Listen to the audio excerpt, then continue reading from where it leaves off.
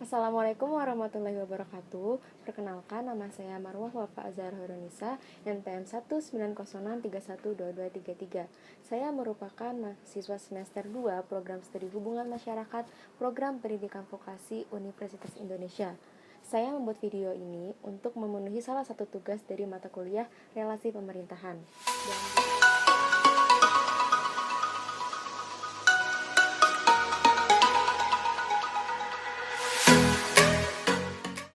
Di video kali ini, saya akan membahas satu hal yang sampai saat ini masih menggemparkan dunia, yaitu virus corona.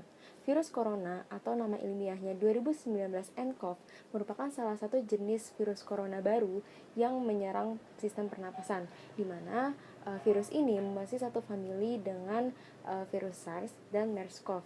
Sedangkan nama penyakit dari virus ini adalah COVID-19, di mana panjangannya adalah Coronavirus Disease 2019. Nah, buat teman-teman yang belum tahu apa itu virus corona, virus corona itu pertama kali terdeteksi di Cina, tepatnya di kota Wuhan pada 31 Desember 2019 lalu. Dimana pada saat itu orang-orang masih belum tahu kalau ternyata virus ini merupakan salah satu jenis virus corona, melainkan masih dikenal sebagai pneumonia. Nah, akhirnya pada 7 Januari 2020, pihak berwenang Cina mengonfirmasi bahwa virus ini merupakan salah satu jenis virus corona. Nah, karena munculnya itu pada tahun 2019, makanya disebut sebagai 2019 nCoV. Di Indonesia sendiri, virus ini pertama kali terdeteksi pada 2 Maret 2020, yaitu ketika pemerintah mengumumkan terdapat 2 WNI yang terinfeksi virus corona. Dan pada 11 Maret 2020, pemerintah mengumumkan kasus kematian pertama akibat virus corona, yaitu seorang WNA yang menjalani perawatan di RS Sanglah, Bali. Nah, sejak pertama kali terdeteksi pada 2 Maret 2020, virus corona ini semakin merebak di Indonesia sehingga akhirnya semakin meresahkan masyarakat. Menanggapi keresahan masyarakat mengenai virus corona ini, akhirnya pada 15 Maret 2020, Gubernur DKI Jakarta Anies Baswedan mengeluarkan kebijakan social distancing measure, yaitu di mana masyarakat diminta untuk berdiam diri di rumah, tidak melakukan kontak erat dengan orang-orang, atau menuju ke tempat-tempat yang ramai. Sehingga dengan diadakannya kebijakan ini diharapkan angka penyebaran corona bisa berkurang. Nah, tadi kan sudah dijelaskan secara singkat mengenai virus corona. Sekarang saya akan membahas corona secara lebih mendalam lagi, di mana terdapat 4 aspek yang akan dibahas yang berkaitan dengan corona. Yang pertama itu ada KKN, korupsi, kolusi, dan nepotisme. Lalu ada perbenturan kepentingan, HAM, dan lingkungan. Yang pertama, saya akan membahas mengenai keterkaitan antara virus corona dengan KKN, korupsi, kolusi, dan nepotisme. Tapi saat ini saya akan membahas mengenai cetusan yang dilontarkan oleh Menteri Hukum dan HAM, yaitu Yasona, mengenai pemberian remisi atau pembebasan bersyarat kepada narapidana koruptor di Indonesia. Yasona menggunakan alasan COVID-19 sebagai alasan utama untuk pemberian remisi ini karena untuk menekan angka persebaran virus corona atau COVID-19. Sayangnya hal ini terkesan seperti mengambil keuntungan karena sebenarnya upaya untuk merevisi PP nomor 99 tahun 2012 yaitu tentang syarat dan tata cara pelaksanaan hak warga binaan bermasyarakat sudah pernah dilakukan sebelumnya pada tahun 2015 silam. Dan menurut Donald Faris, yaitu Koordinator Divisi Korupsi Politik Indonesia, Corruption Watch ICW, menilai bahwa wacana tersebut bukan atas dasar kemanusiaan, melainkan hanya untuk memberikan keuntungan kepada para koruptor yang saat ini berada di dalam penjara.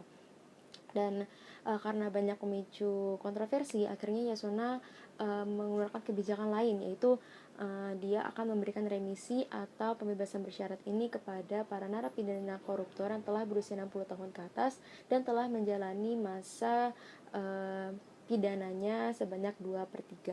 Akan tetapi, jika memang benar alasan Yasona mengeluarkan cetusan ini adalah untuk menekan angka persebaran virus corona, begini, kita berpikir secara logika. Para koruptor di Indonesia itu sel penjaranya itu tidak seperti orang-orang yang dihukum pada biasanya, yang dempet-dempetan, yang tidur saja harus bergantian, tapi berbeda jauh dari itu. Dan jika dipikir-pikir, dengan berada di sel penjara, mereka sudah melakukan physical distancing karena memang ruangannya itu bisa dibilang besar dan itu satu orang satu ruangan, Sehingga jika memang pemerintah berupaya untuk menekan angka persebaran virus corona, lebih baik difokuskan kepada sel-sel penjara yang memang sudah padat, yang sudah berimpit-impitan orang di dalamnya, sehingga hal tersebut lebih masuk akal. Yang kedua, masalah perbenturan kepentingan. Nah, di sini saya membahas tentang mudik. Di saat genting seperti ini, apalagi saat virus corona, orang-orang pasti ingin selalu dekat dengan keluarganya. Akhirnya segala cara pun dilakukan agar bisa berpulang ke rumah masing-masing. Tapi sebenarnya boleh nggak sih masyarakat itu melakukan mudik di saat seperti ini?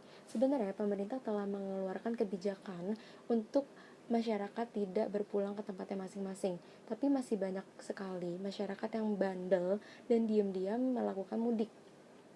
Nah, kenapa sih pemerintah membatasi kegiatan mudik ini? Karena dengan mudik ini, masyarakat akan membawa virus corona dari tempat yang sudah terjangkit ke tempat yang selanjutnya atau di rumahnya masing-masing. Karena kan mereka nggak tahu apakah mereka sudah terjangkit virus corona atau belum. Akhirnya sudah banyak masyarakat yang terlanjur untuk pulang ke kampung masing-masing. Jika sudah seperti ini, pemerintah mengimbau masyarakat untuk mengisolasi diri di rumah. Mereka tidak tahu apakah mereka sudah terjangkit virus corona atau belum. Makanya mereka diminta untuk tidak bepergian keluar rumah, tidak melakukan kontak fisik yang berlebihan dengan keluarganya. Dengan begitu diharapkan angka penyebaran virus corona bisa terhenti dan semakin lama akan semakin membaik. Selanjutnya saya akan membahas mengenai hubungan antara lingkungan dan virus corona. Setelah pemerintah menetapkan kebijakan social distancing measure dan work from home bagi masyarakat Indonesia, kegiatan di luar rumah semakin berkurang, di mana lalu lintas pun juga semakin lengang, di mana kendaraan juga semakin berkurang yang berlalu lalang di jalanan.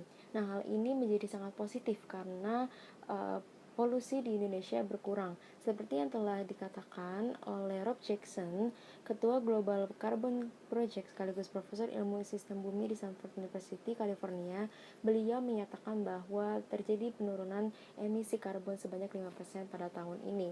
Hal ini terakhir kali terjadi setelah akhir Perang Dunia Kedua. Hal ini sangat positif buat kita karena lingkungan kita menjadi sehat, dan di saat seperti ini kita bisa manfaatkan untuk lebih ramah lagi terhadap lingkungan, misalnya dengan menanam pohon di sekitar rumah kita atau mendaur ulang benda-benda yang sudah tidak digunakan lagi.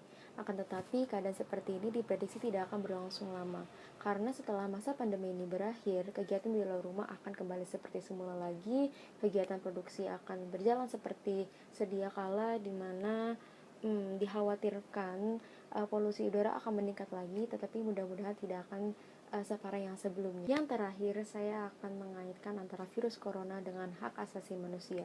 Ketika pemerintah menetapkan kebijakan social distancing measure dan work from home, kegiatan di kantor dan belajar mengajar di kampus dan sekolah menjadi terhambat. Hal ini saya rasa seperti mengganggu hak asasi manusia untuk bekerja dan mendapat pendidikan. Sebagaimana tercantum dalam pasal 28D ayat 2, setiap orang berhak untuk bekerja serta mendapat imbalan dan pekerjaan yang adil dan layak dalam hubungan kerja. Selanjutnya yaitu pasal 28C ayat 1.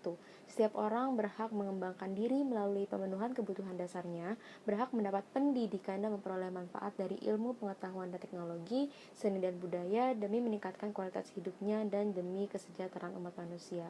Dengan adanya virus corona ini, kegiatan belajar mengajar, kegiatan bekerja di kantor jadi terhambat, sehingga menurut saya ini sangat mengganggu terhadap hak asasi manusia, yaitu untuk mendapatkan pekerjaan, untuk bekerja, dan untuk mendapatkan pendidikan yang layak.